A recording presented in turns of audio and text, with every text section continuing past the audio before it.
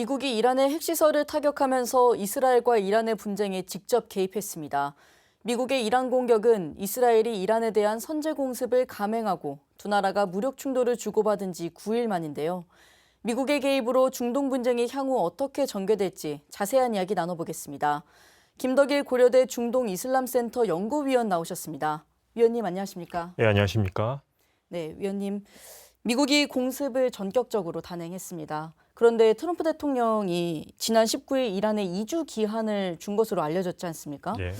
근데 왜 갑자기 직접 타격을 감행했을까요? 먼저 직접 타격 계획은 몇 개월 전부터 준비되었던 시나리오고요. 그것을 직접 실행에 옮겼다고 볼 수 있겠습니다. 이란과는 협상을 위한 접촉을 하는 가운데 서로 간의 의견 폭을 좁히지 못한 가운데 미국은 군사적 옵션을 실행한 걸로 볼 수 있겠습니다.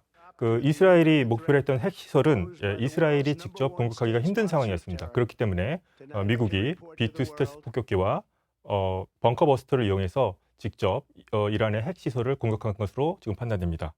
네, 네타냐후 이스라엘 총리는 이란에 대한 공격 직후 성명에서 이란의 핵 위협 제거를 목표로 삼는다고 했는데 정말 그 이유가 맞을지 궁금합니다. 그리고 이번에 이렇게 중동 위기가 커지는 이유에 대해서는 뭐라고 생각하십니까?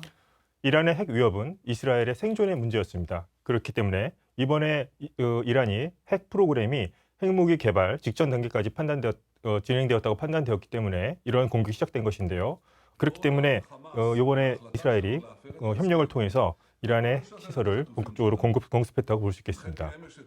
앞으로 이 전쟁은 이란이 어떻게 대응하느냐에 따라서 큰 전체로 전면전으로 또 확전될 수도 있다고 생각합니다.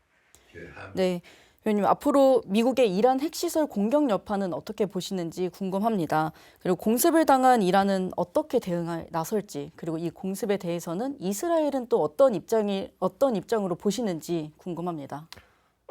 이란이 만약에 중동에 파견되어 있는 약 4만 명 이상의 미군이 주둔하고 있는데요. 미군에 대한 직접적인 공격을 가할 경우에는 미국도 다시 또 군사적 옵션을 선택해서 이란을 타격할 가능성이 매우 높다고 판단됩니다. 이스라엘은 이번 공격에 대해서 아주 미국을 칭송하고 있습니다. 그래서 양국 간의 협력이 이번에 결실이라고 자랑하고 있고요.